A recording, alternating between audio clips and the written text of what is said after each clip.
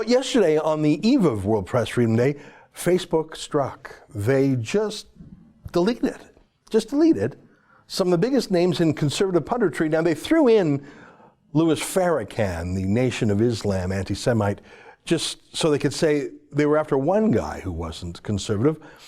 But the rest were conservative. They deleted Tommy Robinson months ago, but now they deleted Laura Loomer, a Rebel alumna. They deleted Milo Yiannopoulos, a mischievous but harmless gay conservative provocateur. And they deleted one of the most influential YouTube journalists on the right, a commentator named Paul Joseph Watson, who we've had on our show before. He's harmless, never violent, always anti-violent, but they just deleted him. No explanation, no reason, just 'cause. All of these people were influential in getting Donald Trump, I might point out. We'll have Alan Bokhari on in a moment to talk more about this. But my point from earlier stands: there's a merger between big government and big media. As you know, the head of censorship in Canada at Facebook is this guy, Kevin Chan, who used to work in the Liberal Party's leader's office. So yeah, it's pretty much a merger between big government and big tech. Same with all the tech companies, especially in the US. They're all jammed full of former Obama executives. Google's senior VP at the time, Eric Schmidt, was an actual Clinton campaign worker. It's a merger. And look at this, today from Google Canada. Google News Initiative partners with CJF to help tackle fake news. CJF is the Canadian Journalism Foundation. I'll read just one line for you.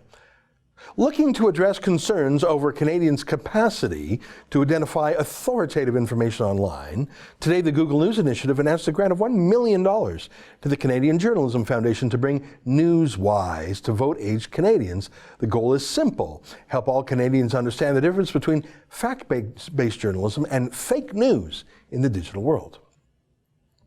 Well, hang on, is that the big threat to journalism? Other journalists?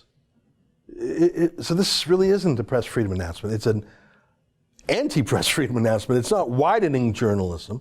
It's not promoting citizen journalism. It's not encouraging citizen journalism. It's promoting the demonization of journalists that the official people don't like. Official people getting huge money from other official people to comply with and enforce the official narrative. By the way, they based their plan on this bizarre study by the liberal-linked, quote, research firm called Earnscliffe that studied Canadians' choices of news, and they included the alternative left-wing site called rabble.ca, which is a union lefty site in Canada, been around for more than a decade, and the conservative site they tested was the US site called Breitbart.com, which I like, and I read it, but it's American. It's not really Canadian at all. I wonder if they secretly tested the Rebel, but just didn't want to release the results. How odd that is. They would test an American site in Canada. Anyways, the oddest part of it all is that the Canadian Journalism Foundation is not about increasing journalism, but it's about decreasing it, not about supporting journalism, but rooting it out, limiting it to those approved by big tech and big government. How sad. But let me close with a gaffe. Now, as you know, a gaffe is defined as when a politician actually tells the truth by mistake. And Justin Trudeau tweeted about World Press Freedom Day. And then this MP, see, that's Trudeau's tweet.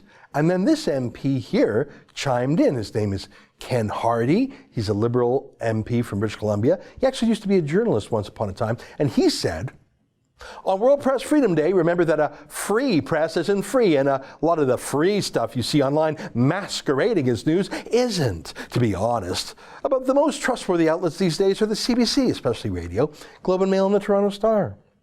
Well, at least we know who's getting the $595 million in bailout money, right?